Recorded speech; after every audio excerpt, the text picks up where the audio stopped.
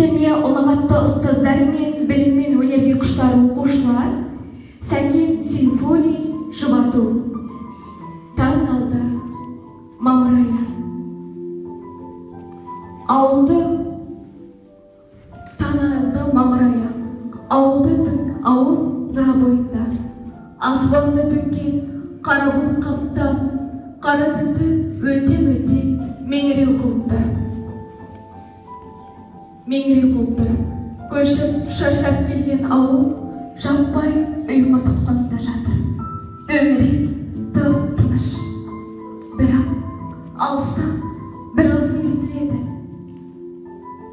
Еріксіз тыңдап, құлағымды сала ызыңға қарай келдім. Таяуырақ таянғанда ызыңнан көкіректі қарсы айырар жасырын күйініш пен ащы қасірет, мұңды қайғылы зар естілді. Түнерген меңіреу қара түнде әрбір жан ұйқы тыныштығында жатқанда бұл нендей сызылған ызың екен. Бұл ызың неге жүректің мұңды нәзік тамырына тиеді? Бұл ызың неге жүрегімді елжіретіп қозғайды? Ызың алыстан сызылып, үзіліп сарнайды.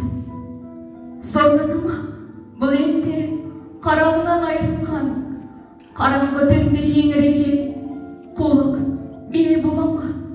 Құлынынан айырылған, құлынын іздеп зарлаған, аң бекен әлде оқ деген жан таласып сарнаған.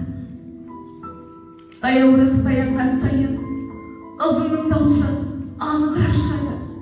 Таяуырақ таянған сайын мына жүрегім елжіреп өксиді. Демігіп келсем, анау өзеннің бойындағы бір түп талдың астында отырған, көзінің жасын көл қылып жылап отырған Мүсілім екен. Хей, қарындасым, неге жыладың? Не болды мұңды қарындасым? Неге жыладың? Неге егіліп ыстық жасыңды төгесің? Неге егіліп ыстық жасыңды төгесің? Неге егіліп ыстық жасыңды төгесің?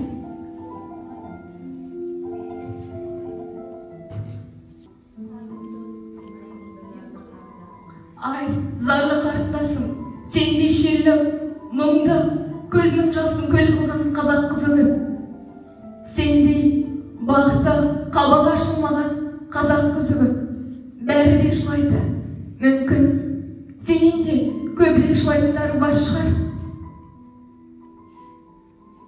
Мен білемін, қаусаған шалдың құлдығында күндігінде жүріп сарғайған қазақ қызын.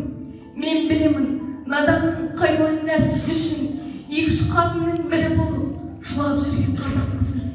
Мен білемін, өз махаббатта жете алмай сарғайып жылап, ух дегенде көкірегі қарсы айырылған қазақ